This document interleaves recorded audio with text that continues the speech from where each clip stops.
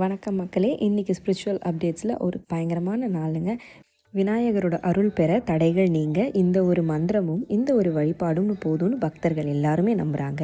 சங்கடகார சதுர்த்தினா என்னன்னு தெரியுமா? சங்கடங்கள், அதாவது கஷ்டங்கள், பிரச்சனை, தடைகள், இது எல்லாமே ஹரம்னா அதை நீக்குவது. ஸோ அதனால் சங்கடகார சதுர்த்தி என்பது விநாயகர் நம்ம வாழ்க்கையில் இருக்கிற எல்லா தடைகளையும் நீக்கி வேண்டின பிரார்த்தனைகளை செய்யும் முக்கியமான நாள் அப்படின்றது தான் சங்கடகார சதுர்த்தி. ஸோ இதில் பெஸ்ட் டைம் ஃபார் வர்ஷிப் அப்படின்னா நாளைக்கு காலையில் 6 மணிலேருந்து 8 மணி வரைக்கும் பூஜை பண்ணலாங்க.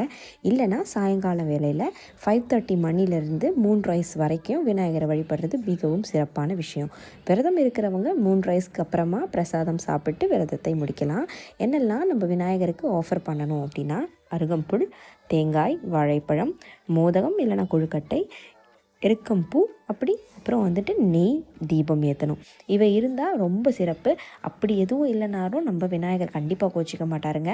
அவருக்கு ஒரு பழம் மட்டும் நீங்கள் கொடுத்து மனசார பூஜை பண்ணிங்கனாலே ரொம்பவும் பவர்ஃபுல்லான விஷயந்தான்.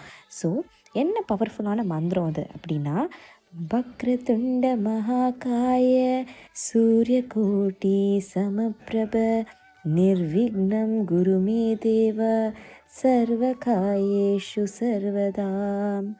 இதோட மீனிங் என்ன தெரியுமாங்க? கோடி சூரியன் போல பிரகாசிக்கும் விநாயகரை என் வாழ்க்கையில் இருக்கும் எல்லா தடங்களையும் நீக்கி நான் செய்யும் எல்லா காரியங்களிலும் வெற்றி தாருங்கள் அப்படின்னு நீங்கள் கேட்குறது தான் இந்த மந்திரம். ஸோ இதை எவ்வளோ தடவை நம்ம சாண்ட் பண்ணலாம் அப்படின்னா, மிகவும் சிறப்பு எப்பயுமே 108 தடவை. அதில் ரொம்ப முடியலை அப்படின்னா 54 தடவை நீங்கள் சாண்ட் பண்ணலாம். ரொம்ப டைம் கம்மியாக இருக்குதுன்னு நினைக்கிறவங்க 21 தடவை சாண்ட் பண்ணுங்கள். இதை பக்தியோடு மட்டும் சொன்னால் போதுங்க.